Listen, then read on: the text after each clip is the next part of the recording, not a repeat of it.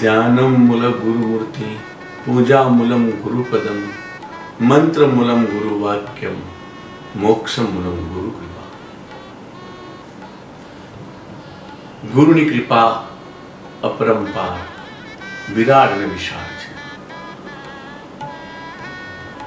એની ઘણી ઘણી વાતો સત્સંગમાં સંતોએ, આખ્યાનકારોએ, ઉપનિષદે, પુરાણોએ ઘણી ઘણી કરી છે. પરંતુ આજે ગુરુની કૃપા, જે અસીમ કૃપા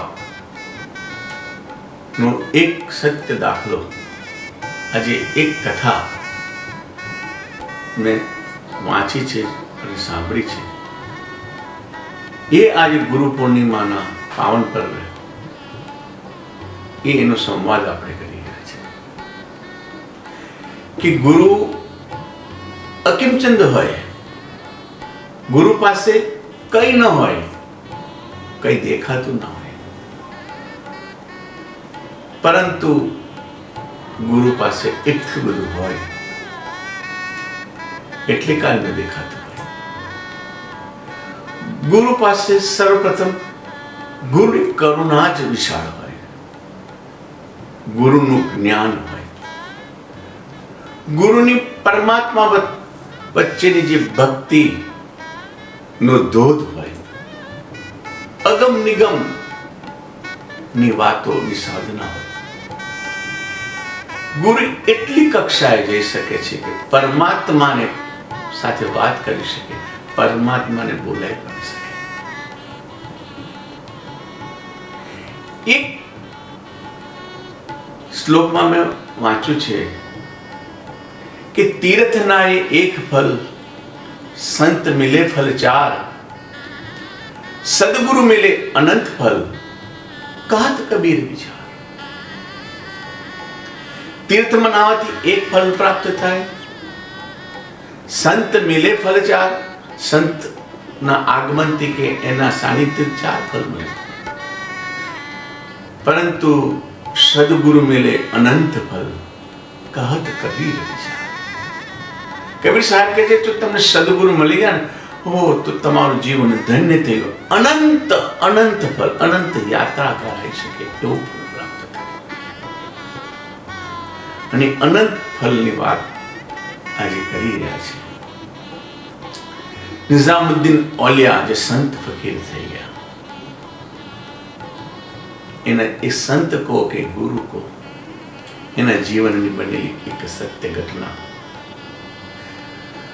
ગુરુ શિષ્ય પર કેવી કૃપા કરે છે,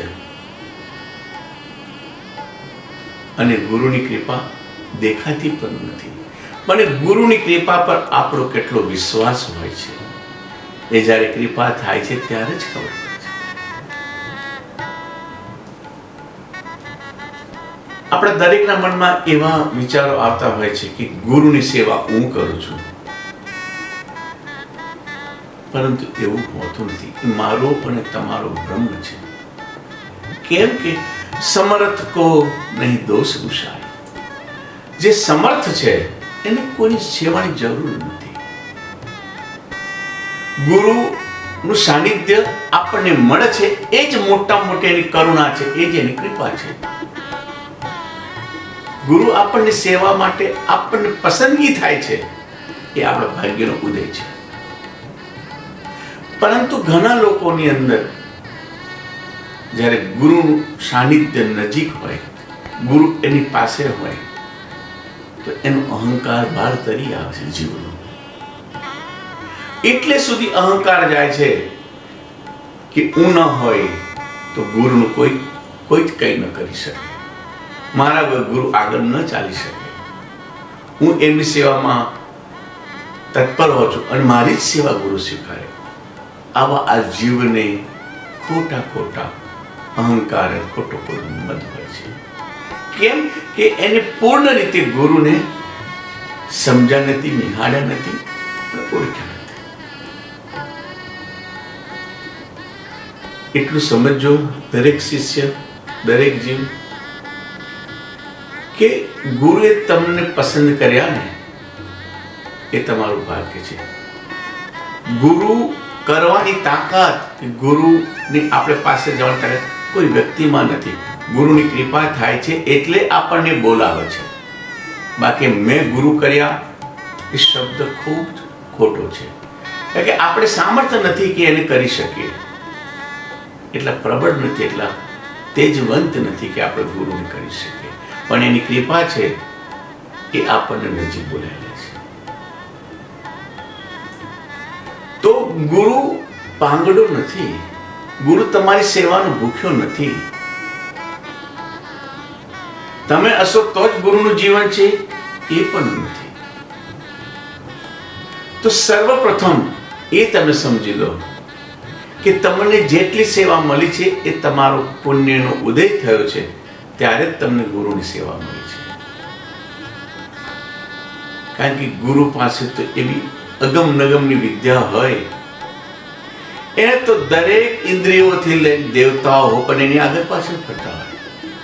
એટલી તો એની સાધનાની તપોબળ, એની એટલો મોટો આભા મંડળ હોય. ગુરુની આપ મેળે બધી ક્રિયા થતી. કારણ કે સદગુરુ સંત સાધુની પાછળ પરમાત્માના હજારો હાથ હોય છે. અને ગુરુ આપણને એટલે નજીક બોલાવે છે કે મારા અને તમારા ભાગ્યનું ઉદય અને આપણું જીવનનું ધન્ય કરવા માટે એની કૃપા મળતી હોય છે. પરંતુ જ્યારે ગુરુની સેવાની કૃપા મળતી હોય તો આપણો પોતાનો અહંકાર એ સેવાનું ફળ નષ્ટ કરી નાખે છે. એટલે આપણી ગતિ ત્યારે ત્યાં જ રહે છે. એટલે તમે ભાગ્યશાળી છો કે તમને ગુરુની સેવા મળી છે, તમે ખૂબ પુણ્ય કર્યા છો, ગુરુનું સાનિધ્ય છો. પરંતુ ક્યારેય પણ અહંકાર ન લાવતા તમારા જીવનની અંદર કે ગુરુની નજીક છો અને તમે એ અહંકારથી કોઈનો તિરસ્કાર ન કરતા. ગુરુ સર્વસ્વના છે, ગુરુ દરેકના છે અને દરેક એ ગુરુના શિષ્યો છે. તો એટલો જ હક છે. પણ તમારા પર કૃપા વધારે થઈ છે, તમે નજીક સાનિધ્યમાં છો. પણ જેના પર કૃપા ઓછી થઈ છે એ દૂરથી. પરંતુ ગુરુ તમે ભલે નજીક હોય પણ ગુરુ કોને ચાહે છે? ભીતરમાંથી કે બહારથી? તમે નજીક હોય એનું કારણ નહીં કે તમને ચાહે, પણ એના ભીતરમાં તો કોક અનેક કેટલાય હોય છે. ગુરુ કેટલો જીવ વાળતો હોય કે મારો આ શિષ્ય મને કેટલા દિવસોથી યાદ કરે છે તો મને મળી લે છે. પણ અંતરથી ભીતરથી એની કરુણા તમારા પર વરસતી હોય છે. બીજું એક કારણ છે, ગુરુ પાસે ન નજીક જવાય કે ગુરુનું સાનિધ્ય ન મળે તો ક્યારે દુઃખી ન થતા. તમારું સ્મરણ તમે અતૂટ ચાલુ રાખજો. એક સૂત્ર છે કે ગોવિંદ ગોવિંદ ગાય જા, ગુરુ ગુરુ તું ગાય જા, પંથ તેરા બઢાએ જા. તારી ગતિ છે જાપની કે તારી સ્મરણની કે પૂજાની વધારી જા. પંથ તેરા બઢાએ જા, वो खुद ही मिलने आएगा. એ સામેથી તને મળવા આવશે, સામેથી તને બોલાવશે. પણ તારી ગતિ ક્યારે પણ ઓછી ન કરે. ગુરુની સેવાની, ગુરુની સાનિધ્યની, ગુરુનું સ્મરણની ક્યારે પણ તારી ગતિ ઓછી ન કરે. કારણ કે એની કરુણા વિરાટ વિશાળ છે. એની અંદર તમે આવી જશો, ભલે નજીક ન હો. પણ ક્યારેક એવું બને કે નજીક હોય છે એની ગુરુ ઓળખી શકતા નથી ગુરુને. કારણ કે કોઈ પણ વસ્તુને પ્રાપ્ત કરવા માટે એક યોગ્ય અંતર હોવું જોઈએ. મેં જાણ્યું છે, તમે મંદિરમાં જાઓ તો મૂર્તિના દર્શન પૂજારી જેટલા ન કરી શકે એટલો અમુક અંતરે ઉભેલો ભક્ત કરી શકે. પૂજારી મૂર્તિને એકદમ નજીક જાય એટલે પૂર્ણ રીતે ન જોઈ શકે, એકદમ નજીક પણ ન જોઈ શકે અને એકદમ દૂર હોય એ પણ પ્રભુને ના જોઈ શકે. પણ મધ્ય અંતર હોય તો બધું જોઈ શકે. એમ જીવનની અંદર મધ્ય અંતર હશે તમારું તો ગુરુનું કૃપા, એનું સાનિધ્ય તમે પ્રાપ્ત કરી શકશો. નિઝામુદ્દીન ઓલિયાની વાત કરીએ આપણે કે નિઝામુદ્દીન ઓલિયા એક ફકીર સંત છે. એ ફકીર સંત, ફકીર ગુરુ. તો એક ગરીબના જીવનની અંદર બનેલી ઘટના છે. એ ગરીબને ખબર પડી, એ ખેડૂતને, કે નિઝામુદ્દીન એક સંત છે, એક ફકીર છે, ગુરુ છે, દરેકની સમસ્યા, દરેકોના દુઃખો દૂર કરે છે. એ વાતની જાણ થઈ અને એ ગરીબ ખેડૂત નિઝામુદ્દીન ઓલિયા પાસે જાય છે અને કહે છે, ગુરુદેવ, મને થોડું કામ છે તમારું. નિઝામુદ્દીન ઓલિયા ફકીર પોતાની મસ્તીમાં હતા. કાલે આવો, 2 દિવસ પછી આવો. એમ કરતા કરતા ઘણા દિવસો વીતી ગયા, પણ નિઝામુદ્દીન હજુ પેલા એક ગરીબ ખેડૂતની મુલાકાત નથી થઈ. તેનો અર્થ એવું છે કે ગુરુ પાસે, ગુરુનું નજીક સામીપ્ય મેળવવા માટે ગુરુ આપણી પરીક્ષા પણ કરતા હોય કે તમે કંટાળી જાઓ છો, એનાથી તમે દૂર થઈ જાઓ છો. એટલા માટે તમને જેટલા જીવનના ધક્કા છે ને એટલા ધક્કા તમને ખવડાવે અને એક ધક્કો તમારા સત્કર્મ આપતું જાય છે. જીવ ગુરુ પાસે ગયા, ના મળ્યા, ફરી ગયા, ના, તો એવું એ નિષ્ફળ નથી ગયો, એ સફળ જ થયો છે. એ જન્મ ફેરાના ચક્કરો ઓછા થતા જાય છે. એક દિવસ ફકીર સાહેબ બેઠેલા હતા નિઝામુદ્દીન અને ખેડૂતે કહ્યું કે આ બોલ શું છે? તો કે મારી દીકરીના લગ્ન છે અને મારી પાસે એક પણ રૂપિયો નથી, લગ્ન કરવાના છે. તો મેં સાંભળ્યું છે કે આપ બહુ દોલતવાન છો, આપ ભલભલાને બધું આપી દો છો. આવી વાત સાંભળી હું તમારી પાસે આવ્યો છું કે મને કંઈક મદદ કરો. નિઝામુદ્દીને જોયું કે ગરીબ ખેડૂત આવ્યો છે, આશા સાથે આવ્યો છે, પૈસાની જરૂર છે. ખેડૂતને કહ્યું તું કાલે આવ. બીજે દિવસ 10 વાગે આવજે. બીજે દિવસ 10 વાગે ખેડૂત આવી ગયો. ગુરુદેવ, બાબા, કઈ હતું નહીં. ફરીથી કહ્યું કાલે આવો, કાલે આવો. આમ કરતા કરતા 10 દિવસ થઈ ગયા. એવી કથા છે. 10 દિવસ પછી રોજ ફકીર ખેડૂતને કાલે આવો, ગરીબને કે છે કાલે આવો. ગરીબ કે છે મને થોડાક પૈસા જોઈશે ને આ બાબા મને રોજ ધક્કા ખવડાવે છે.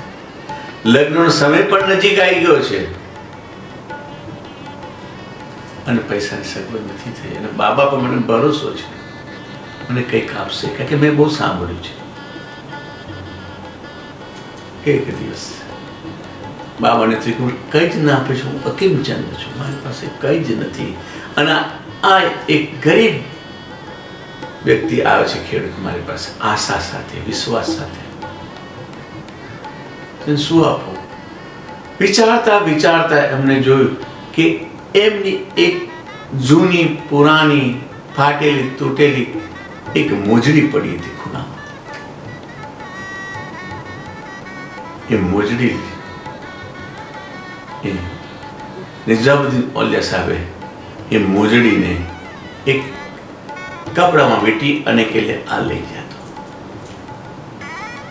ખેડૂતને એકદમ વિશ્વાસ જે હતો કે મને પૈસા આપશે, દોલત આપશે, મારું ઘર ચાલશે અને મારી દીકરીનું લગ્ન થશે. પરંતુ એ મોજડી આપી ત્યાંથી એનો એવો વિશ્વાસ અને એ ક્યાંક રૂધાઈ ગયો કે આનાથી મારું લગ્ન થશે મારી દીકરી. પરંતુ સંતનો, સાધુનો અનાદર નતો કરવાનો, આદર સાથે લીધી પોતાની અને પ્રસાદી લઈ અને ચાલવા લાગ્યો. ચાલતા ચાલતા મનમાં વિચાર આવે કે આનાથી શું થઈ શકશે, શું થશે, મારી દીકરીને કેવી રીતે પરણાવીશ. આ બાજુ ગતિ કરતા કરતા કરતા આવે છે. બીજી બાજુ દિલ્હીના સુલતાન સનત એ આવી રહ્યા છે. જો ગુરુ અને ગુરુ કૃપા એની વિરાટ અને વિશાળ હોય છે, આ એનો એક દાખલો છે. દિલ્હીનો સુલતાન ખૂબ ધન ધાન્યથી હાથી ઘોડા ઉપર બધું લઈ અને આ બાજુ આવી રહ્યો છે, ત્યારે સુલતાન હાથી પર બેઠા બેઠા એ એના ગુરુને યાદ કરે છે કે સર્વપ્રથમ હું મારા ગુરુના શરણે જઈશ, એના દર્શન કરીશ, એના ચરણમાં મારું શીશ મુકાવીશ. એ સતત એની ગુરુ ભાવના, ગુરુ ભજન એના મનમાં ચાલતું હોય છે. એક બાજુ આ બાજુ ઉપર જે ગરીબ વ્યક્તિ મોજડીને વીંટાળી અને આવી રહ્યો છે. જેમ જેમ બંનેનું અંતર નજીક આવવા લાગ્યું એમ શહેનશાહ જે હતો દિલ્હીનો, એને એના ગુરુની સુવાસ આવવા લાગી. એમ કે છે એને સ્તબ્ધ થઈ ગયો કે ઓ મારા ગુરુની સુવાસ છે. થોડેક નજીક વધારે આવવા લાગી, વધારે. એ સુલતાન હાથી ઘોડા પછી નીચે ઉતરી પડ્યો અને બધા સૈનિકોને કહે છે, જાઓ આજુબાજુ કોઈ પણ વસ્તુ દેખાતી હોય, કોઈ પણ વ્યક્તિ હોય, એને મારી પાસે લઈ આવો. મારા સદગુરુ ની આ સુવાસ છે, મારા ભગવાનની સુવાસ છે, મારા પ્રાણની સુવાસ છે. સૈનિકો આજુબાજુ ગયા, દૂર દૂર ગયા, ત્યારે આ ગરીબ જે હતો મજૂર ખેડૂત, એને પૂછ્યું કે તું ક્યાંથી આવ્યો? પણ એની આંખમાં પણ આંસુ. એને હતી કે હું આટલી આશા સાથે ગયેલો અને મને એક આ મોજડી આપી, મારું શું થશે, મારું શું થશે? એનામાં કરુણા છે, નિરાશાની, અને આ બાજુ સદગુરુની કૃપાની ધારા શહેનશાહની અંદર સુવાસમાં વહી રહી છે. એ ખેડૂતને નજીક લઈ આવે છે રાજા સમક્ષ, સુલતાન સમક્ષ. એટલે વધારે સુવાસ આવે છે. એને કહે છે કે મહારાજ આ જ વ્યક્તિ હતો.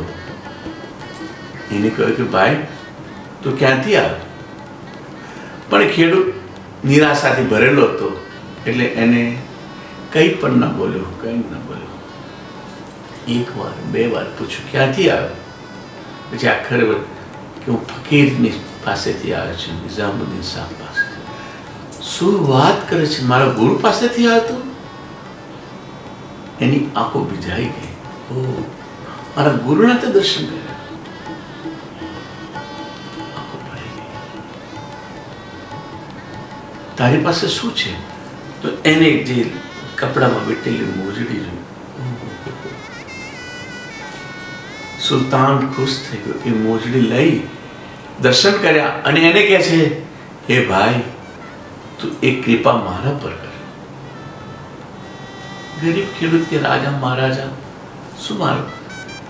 તો કે શું કૃપા કરું? તો તમારો રંક છું, હું તમારી પ્રજા છું, આ તું મને મોજડી આપી દે. હે?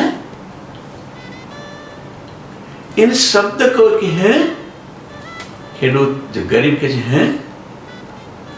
એ આશ્ચર્ય પામી ગયો કે તૂટેલી મોજડી રાજાને આપવું કેવી રીતે? એનો ભાવ હતો. અને આ બધું જે હે શબ્દ સાંભળ્યું અને રાજા કે તું મને નહીં આપે? રાજાને એવું કહ્યું કે આને આ મોજડીનું જ્ઞાન છે અને ગરીબ ખેડૂતે ખબર છે કે આ મોજડી કેવી રીતે આપી શકું? ભાવનું અંતર છે. હું તને ધન દોલત આ બધી જ વસ્તુ તને આપી દઉં, પણ તું મને આ મોજડી આપ. બોલતા બોલતા રાજાની આંખમાં આંસુ આવી ગયા. હા, મારા ગુરુ સદગુરુની પ્રસાદી છે.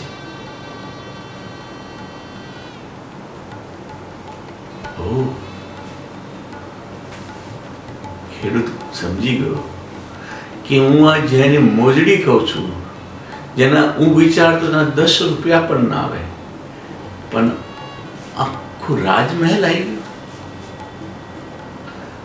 સુલતાન કહે છે આ ધન દોલત મેં વર્ષોથી કમાઈ છે બધી, આ હાથી ઘોડા સૈન્ય બધું તારું, પણ આ મને મોજડી આપી દે.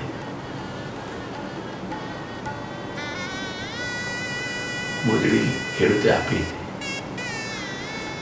સુલતાન ખુલ્લા પગે જાય છે, આ બધું તારું. સુલતાન મોજડી લઈ અને સદગુરુના ચરણોમાં મોજડી અર્પણ કરે છે. ગુરુદેવ, આ મોજડી.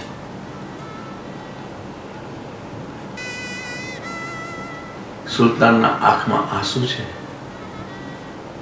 હે કૃપા સાગર, હે કરુણા સાગર,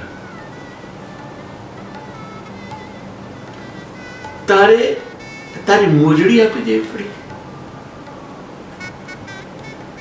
ત્યારે ગુરુએ કીધું, હે સુલતાન, તને એ મોજડી બહુ સસ્તામાં મળી ગઈ છે. કેમ કે એ મોજડી પાછળ ગુરુનો ભાવ હતો, એની કરુણા હતી, એની કિંમત.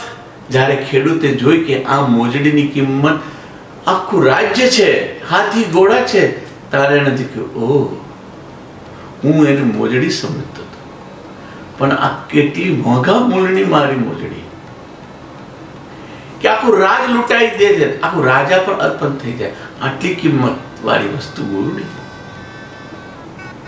એટલે સદગુરુ એને કહે છે, તને બહુ સસ્તામાં રાજન, બહુ સસ્તામાં તને મોજડી મળી ગઈ છે. એનું કારણ એ કે તારા જીવનની અંદર જે તે મૂડી બધી આપી દીધી મોજડી ખરીદવામાં, એના કરતા વધારે કિંમતી આ મોજડી છે. કે મોજડી એ ગુરુની જીવનની મોજ છે, અને મેં મારી મોજ તને આપી દીધી, અને તારું જીવન અને તારું ધન્ય પરિવાર ધન્ય કર્યો આ એક મોજડીના સ્પર્શથી. આ ગુરુ કૃપાનો એક દાખલો. દેખાય કઈ નહીં, પણ એની કિંમત કઈ નહીં, પણ જ્યારે કૃપાનું સ્પષ્ટીકરણ થાય, કૃપા વર્ષે એનું મૂલ્ય થાય તો ગણતરીઓ ન થાય, એટલું મોટું મૂલ્ય હોય. તો દરેકના જીવનની અંદર ગુરુ હોય તો એની કૃપા અચૂક ઉતરશે, પરંતુ કૃપા દેખાય નહીં, કૃપાનો અનુભવ થશે. એટલે ગુરુ પૂર્ણિમાના આ પાવન દિવસે દરેક વ્યક્તિએ ગુરુની સેવાનો લાભ લેવો જોઈએ, ગુરુનું સાનિધ્ય લેવું જોઈએ, ગુરુના ચરણથી ગુરુનું આચરણનું જ્ઞાન લેવું જોઈએ. ગુરુના ચરણ આચરણની જ્ઞાનની વાત કરે, ગુરુના શબ્દમાં વિશ્વાસ હોવો જોઈએ. ક્યાંક ને ક્યાંક ગુરુની ચેતના એવી વિરાટ ચાલતી હશે, તમને દેખાય નહીં, પણ તમારી આગળ તમારું રક્ષણ કરતી હશે. અને એક વાત યાદ રાખો કે ભાગ્યની ઉપર, ગ્રહોની ઉપર અને પરમાત્માની ઉપર જો કોઈ હોય તો એક જ તત્વ છે, કેવલ ગુરુ કૃપા. ગુરુ ચાહે ને તો તમને ક્યાંથી ક્યાં લઈ જાય. ગુરુ તમે સ્વર્ગમાંથી ક્યાં પરમાત્મા તરફ, નર્કમાંથી સ્વર્ગ તરફ, દુઃખોથી પર કરવાની તાકાત માત્ર ગુરુમાં છે. એ આ પાવન પર્વ પર ગુરુના, સદગુરુના શરણોમાં સાદર પ્રણામ.